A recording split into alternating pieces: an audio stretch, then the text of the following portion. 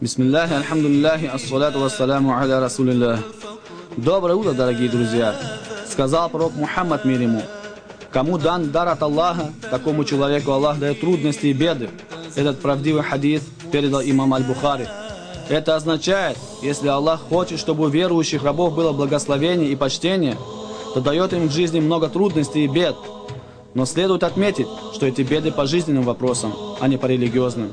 Аллах Всевышний охраняет верующего, чтобы у него была чистая и сильная вера, но может давать ему болезни, беды, бедность или вред со стороны некоторых людей. Например, человек накопил денег, но происходит пожар, взрыв или ограбление, и в результате этого накопленное богатство пропадает. Это для верующего испытание жизненными трудностями. А вот другой пример. Человеку могут нанести раны, также он может заболеть неизлечимой болезнью и умереть. А может болеть длительное время, а потом выздороветь. Это тоже жизненные беды. Примером религиозных бед является следующее. Кто-то не читает намаз, кто-то пьет спиртное, кто-то получает деньги неразрешенным способом. Это большие беды, так как в результате он совершает грехи и нарушает соблюдение истинной религии, ислама. Кому даны любовь Аллаха, того он оберегает от беды по религии.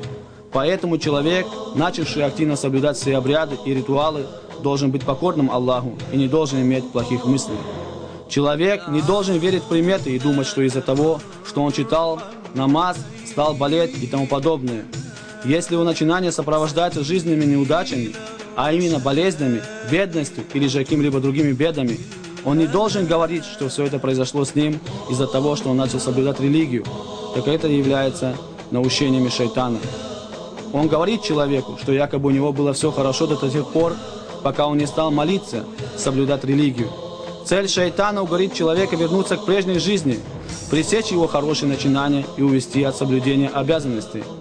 При исполнении всех обязательных ритуалов у верующего человека появляется желание трудиться, иметь больше знаний, а шайтан ищет причин для того, чтобы ослабить действие человека.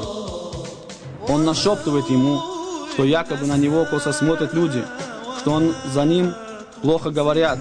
Шайтан прилагает все свои усилия для того, чтобы человек все бросил и отошел от общества, и пытается найти ему оправдание для этого.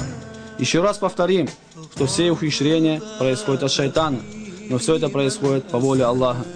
Также по воле Аллаха у человека появляется усиление или же уменьшение желания соблюдать свои обязательства. Дорогие друзья, если человек встречает беды и трудности, то должен говорить, что они временные, что это не в религиозных, а в жизненных вопросах, которые не вечны.